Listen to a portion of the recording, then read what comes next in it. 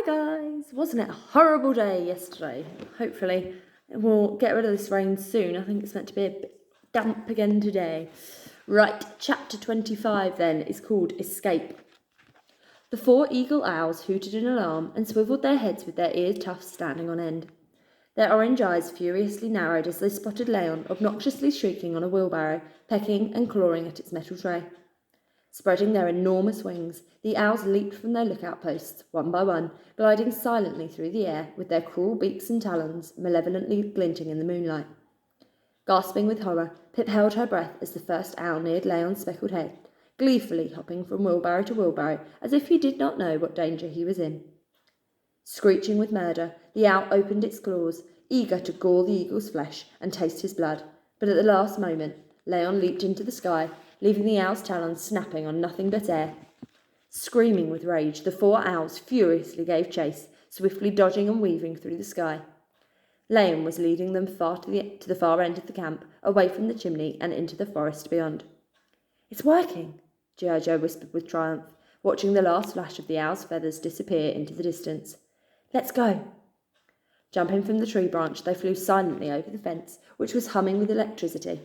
They glided past the tall chimney, silhouetted in the light of the full moon.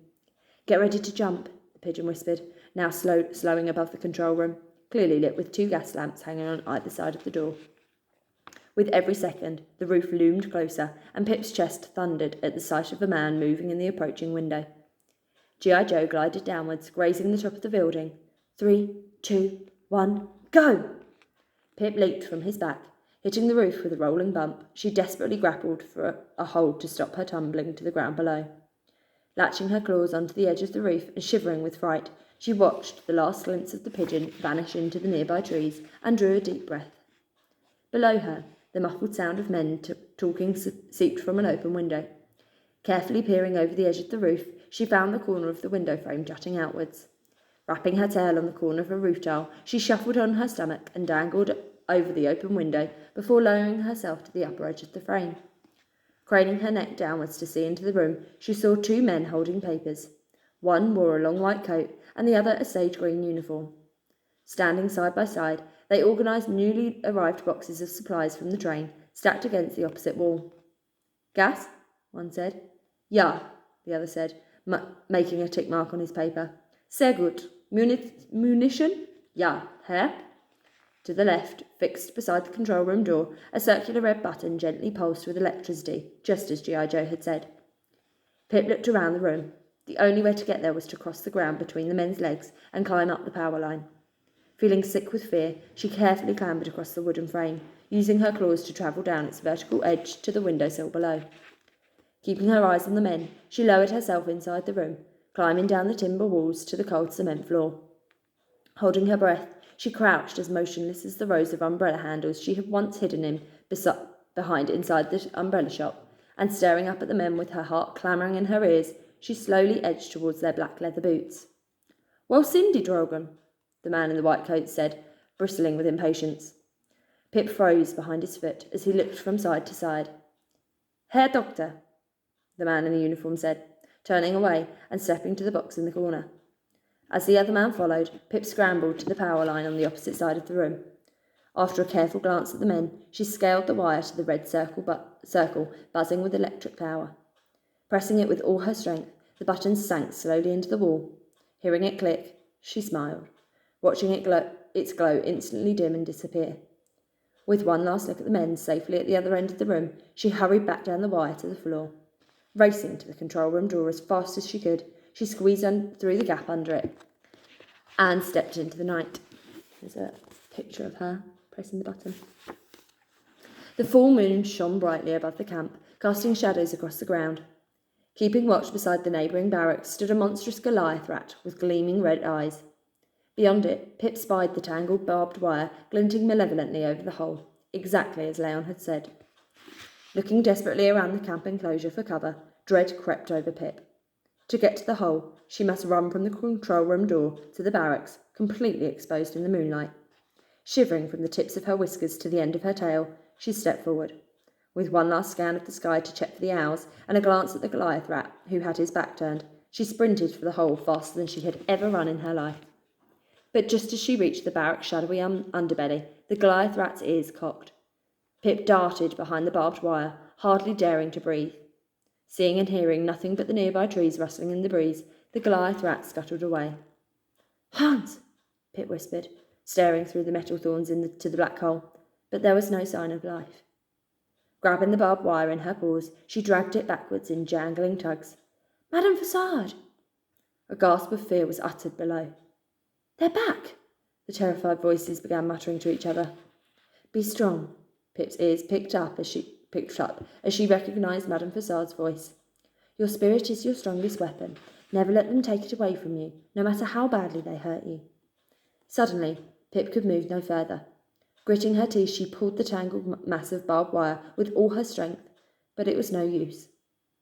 The wire stubbornly remained unmoved, only revealing a narrow gap between its thorns and the hole below.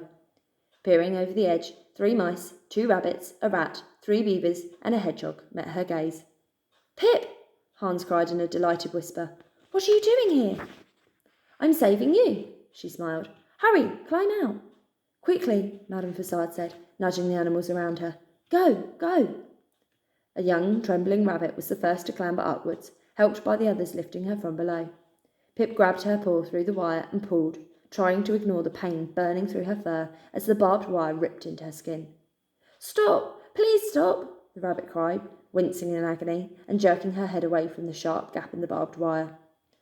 Let me show you that little picture of the animals in the trench with the barbed wire above. Desperately shaking her head, a tear ran down her cheek and across the length of her whisker. "I can't do it. The thorns are too sharp and thick."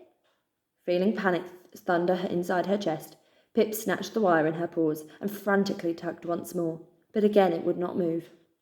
The animals below looked at one another, muttering in dismay. "Help me up," Madame Fassard said, and immediately the animals lifted her. Pip leaped for her paw and stared into the hedgehog's brown eyes, glistening with determination in the darkness. "Pull, Pip, and don't let go." Madame Fassard's prickles flattened all over her body, and with the help of Pip from above and the animals from below, she slowly dragged herself upwards, quietly yelping in discomfort as she squeezed through the narrow gap in the tangled barbed wire. A long, painful minute brought her to Pip, breathlessly gulping in the night air with relief. "We must move this wire," Madame Fassard said, leaving no time to collect herself. Grabbing the wire in her paws, she heaved with all her strength, but it only jangled metallically. Letting it go, her tawny brow furrowed in despair. "There must be a way to move this thing." "Look," Pip said, pointing to the ground where the thorns had latched into the earth. "It's the teeth. They're stuck." They swiftly burrowed about the wire with their front claws. "Well done, Cherie," the hedgehog cried as they triumphantly pulled it free from the hole. "We've done it." "Hurry," Pip whispered, lying on her stomach and reaching down for the animal's paws below. "Climb up. We must get out of this place." One by one, the animals helped each other out into the night. Soon, all 10 prisoners cowered nervously alongside Pip under the barracks.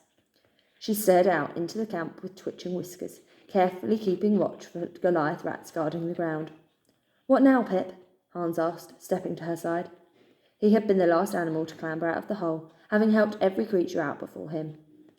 In the shadows, Pip's eyes fell on fresh scratches and bruises throbbing on his scarred face and neck. Madame Fassard and the others had similar marks over their bodies. "We've run and escaped through the fence over there," she whispered, pointing her paw to the trees behind the closest fence, where the stag had promised to meet her. All the animals turned to look at the fence, standing a few metres away. Henri and G.I. Joe are waiting for us. "What about the owls?" Madame Fassard said. The other animals nodded nervously and craned their neck to get a view of the sky. "Leon has tricked them into the forest, but we must hurry. They could be back any minute." A sudden clatter of wings silenced them all. Exchanging a frightened glance with Hans and Madame Fassard, Pip peered out into the camp. A white bird had landed on the ground next to a Goliath rat prowling under the neighbouring barracks.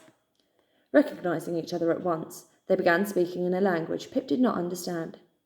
"It's Lucia," she squeaked in surprise, seeing the pigeon's face in full view. "What's she doing here?" "She's talking to the guards in German," Hans growled. "She's telling them about Noah's Ark coming to save us." "A friend can be a traitor," the hedgehog said, clenching her fists with fury. "It was her, wasn't it?" Pip said after a pause. her mind racing with memories of the bitter row in the hollow under the fallen tree. Lucia sabotaged Operation Popeye. As she spoke, the Goliath rat's cruel, blazing red eyes fell on the animals cowering over the hole. Throwing its head back, it cried out its alarm in a snarling roar. Run, Hans said, pushing Pip and the others out into the night. Go, now, run for your lives. Oh dear, we're going to stop there because the next chapter's a big one. So, they've just seen that Lucia was a traitor all along. She was the spy in the camp in Noah's Ark, and she's been telling the Germans all their plans. So now they're in trouble because they know they're there. They're coming to get them. Oh dear. Right, we will see how they get on tomorrow, and I will see you all then. Bye.